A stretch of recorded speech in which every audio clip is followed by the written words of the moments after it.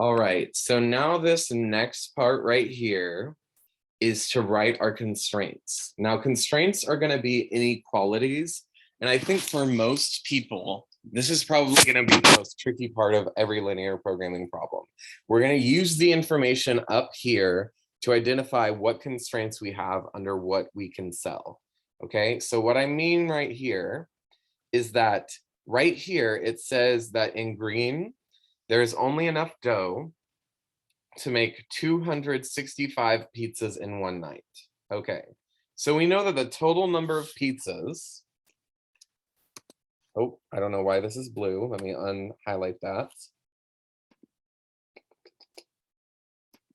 Oops, sorry, y'all. I didn't expect this to happen. All right, none. Okay, so looking at this, we know that there's only enough dough to make 265 pizzas. So the total number of pizzas has to be less than or equal to 250 or 265. Okay, so let's write this a little bit nicer. This less than or equals to sign, I don't want to write it like this. I want to write it nicely. So I'm just going to Google less than or equal to sign. I'll put in a sign after that and maybe it'll pop up. If I go on here, maybe I can copy it. Okay, so here it is. Here's less than or equal, and here's greater than or equal. So I can just copy this from somewhere on the internet and paste it in here. And now it's a little bit of a weird font. I'll change the font to match, but other than that, it'll work to identify what I'm talking about. So I'll change it to Calibri and make it 12-point font. That way it matches the rest of this. Okay, now the total number of pizzas, that's not one of our variables. We have cheese pizzas and pepperoni pizzas.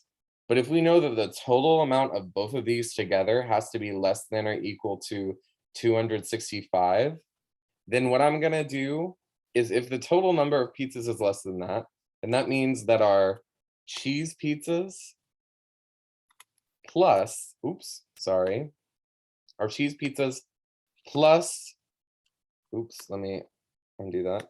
Our cheese pizzas, oh my goodness, I'm sorry, I keep trying to do shift and I'm doing other buttons. Plus our pepperoni pizzas, those two together are going to be less than 265 because those are the only types of pizzas we can make up here. Okay, so that's where that constraint comes in. We're done. Okay, that's for this green part. We've knocked that out. It also says that we want to sell at least 150 pepperoni pizzas. So if we want to sell at least 150, that means our amount of pepperoni pizzas has to be greater than, greater than or equal to, what is it? 150. Okay, because we're wanting to sell that many pepperoni pizzas.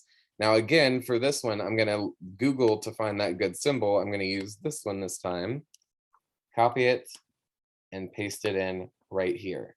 If you forget which one of these is greater and which one of these is less than, all you have to do is Google and you've got it. Okay, so don't be afraid to do that if you need to. Okay, so this is what we've got. We've got two constraints here.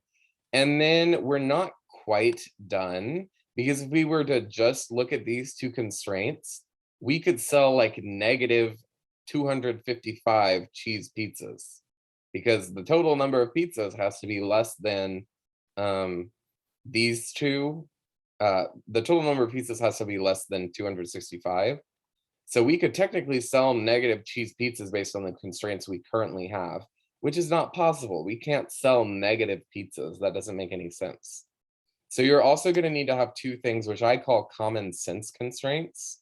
And how that works is it means that you have to write in a constraint that says something like this. Our cheese pizzas has to be greater than or equal to, which is this one right here. I'm just going to copy this since I already have it in there. It has to be greater than or equal to 0. The least number of cheese pizzas that we can possibly sell is 0, right? We can't sell in the negative. That doesn't make any sense. We also have to make sure that our pepperoni pizzas, they'll have to sell greater than or equal to 0 as well. Okay, so these are what I call common sense constraints, just because it's kind of common sense that we can't sell negative pizzas. But we need to go on and include that in our constraints, because without that, it's going to make our graph look a little bit off when we graph these. Okay, so next thing I'm going to do, I'm going to go down and do the same thing for this problem right here. If you don't need another example, feel free to skip this part. But I wanted to show off 2 examples. That way you could hear me talk through the process twice. Okay, so looking at this one, we have 2 constraints in the problem again. It says there is only enough cheese to make 230 of these pizzas in one night. Okay, so if that's how much cheese we have to make the total number of pizzas, we're going to use supreme and meat lovers. So supreme, supreme plus, sorry, y'all, plus meat lovers. Those 2, it has to be less than or equal to 230. We don't have enough products to be able to make more than that. So I'm just going to go up here and copy this symbol, and I'm just going to change the number from 265 to 230. Okay, then down here it says there's only enough meat to sell 165 meat lovers pizzas. Okay, so for this one's a little bit different than the first one. Our meat lover pizza, we can only sell 165 of those maximum.